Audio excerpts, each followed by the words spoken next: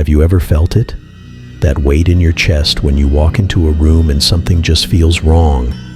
Not paranoia, just wrong. What if that feeling never went away? What if for 30 consecutive nights you woke up at the exact same time, with the overwhelming certainty that you weren't alone? This is the story of Marcus, who rented an apartment that came with something extra, something that wasn't advertised, something that had been waiting in that building far longer than anyone should have known. By the time he understood what was happening, he was trapped in a lease he couldn't break. Before we dive deeper, let us know in the comments where you're watching from. We'd love to hear from you. And if you're new here, click the subscribe button so you never miss any of our upcoming videos. Marcus was desperate, broke. His job had cut his hours, his girlfriend had left, and he had 1 week to find somewhere to live. When he found the listing for apartment 412 on Ashton Street, it seemed like salvation. $450 a month for a 2-bedroom in the city. Impossibly cheap. The landlord was a woman named Diane, older, with silver hair pulled so tight it looked painful. She handed him a key without making eye contact and told him one thing. He had exactly 30 days. After that, he had to leave. No extensions, no exceptions. Marcus, desperate and tired, signed the lease anyway. The moment he stepped inside, something felt off. The air was cold despite the heater running. The carpet was worn thin in places. The walls were a dingy off-white. There was a window in the living room that faced an alley 3 stories down, always in shadow. Marcus told himself these were just the quirks of an old building. He unpacked his boxes. He made dinner. And when night fell, he tried to sleep in a room that felt slightly too cold, no matter how many blankets he used. He woke up at exactly 3:17 a.m., not from a noise, not from his phone, just awake, heart racing, with the overwhelming feeling that something in the room had just moved. He told himself it was nothing. His body was adjusting to a new place. But the next night, 3:17 a.m. again, and the night after, and the night after that. By the 6th night, Marcus stopped fighting it.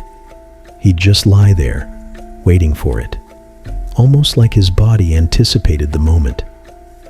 Then he started noticing other things, small things. His desk chair was moved at a different angle. The bathroom mirror fogged up randomly, even without hot water running. Kitchen drawers left slightly open, and a smell. Old paper mixed with something mineral, like a basement that hadn't seen daylight in decades. But worst of all was the feeling of being watched. It started as a passing sensation. He'd be sitting on his couch and feel eyes on the back of his neck. He'd turn around. Nothing. His apartment was empty. The doors were locked. But the feeling never left. By day 8, he couldn't shake it. Not during the day. Not at night. Not even in the shower. Something in the apartment had noticed he was here, and now it was watching him.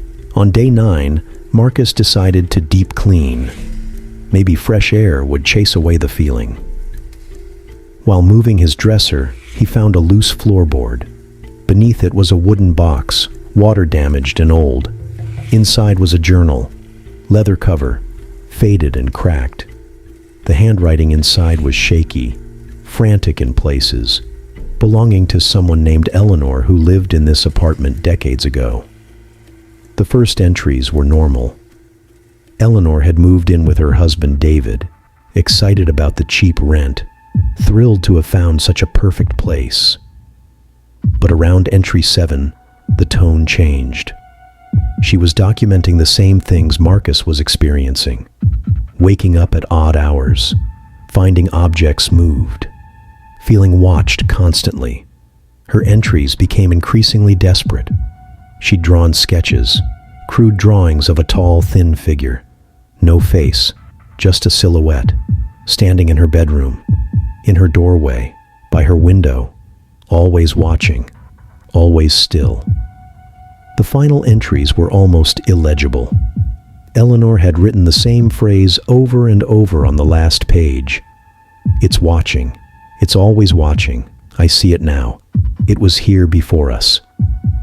The journal ended on day 30, exactly 30 days after her first entry. Marcus sat on his bedroom floor with trembling hands and realized something horrifying. His lease was also for 30 days. Marcus did the research obsessively. Eleanor Chen. She died in 1987. The death certificate said cardiac arrest, but the newspaper article said she was found standing in the corner of her bedroom, completely catatonic. She couldn't move, couldn't speak. She stayed that way for 3 days until her heart gave out. Marcus searched deeper. He found tenant records going back decades, dozens of names. People who lived in apartment 412 for exactly 30 days before either leaving abruptly or simply disappearing from public records.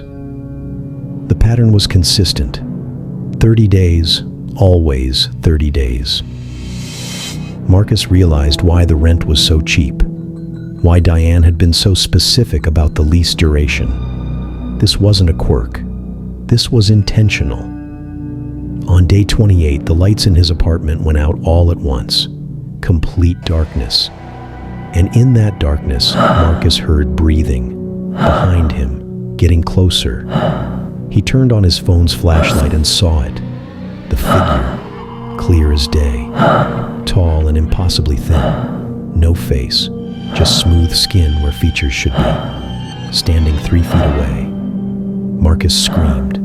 He ran. He didn't stop until he was 3 blocks away, gasping on a curb. But as he sat there, he realized something terrifying.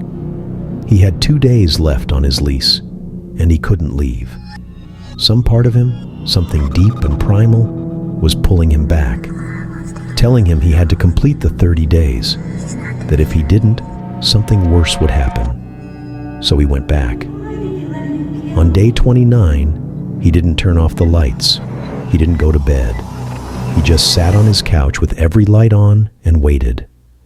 And on day 30, when his lease was finally complete, the figure appeared one last time. But this time, it was fading, becoming translucent. And as it disappeared, Marcus felt something lift from him, a weight that had been building for 30 days. He packed his things. He left the key on the kitchen counter, and he walked out of 412 Ashton Street at 9:47 a.m. on day 31. But here's what haunts me about this story. 3 months ago, I found an ad online. Apartment 412 is available for rent again. $450 a month. The landlord's name is Diane, and the lease specifies exactly 30 days. Marcus left his journal hidden in that floorboard for whoever came next, and I found it. I read it, and I recognized something in his final entry that terrified me. Marcus wrote that on day 30, he understood what the figure wanted. It didn't want to keep people standing in corners. It wanted someone to stay, willingly, and he almost did. He wrote that, even now, months later, he dreams about that apartment. Late at night, he checks the building's listing online just to see if anyone else has signed a 30-day lease. So here's my question for you. If you saw that listing and needed a place that cheap, would you take it? Would you ignore the red flags? Because I found something else.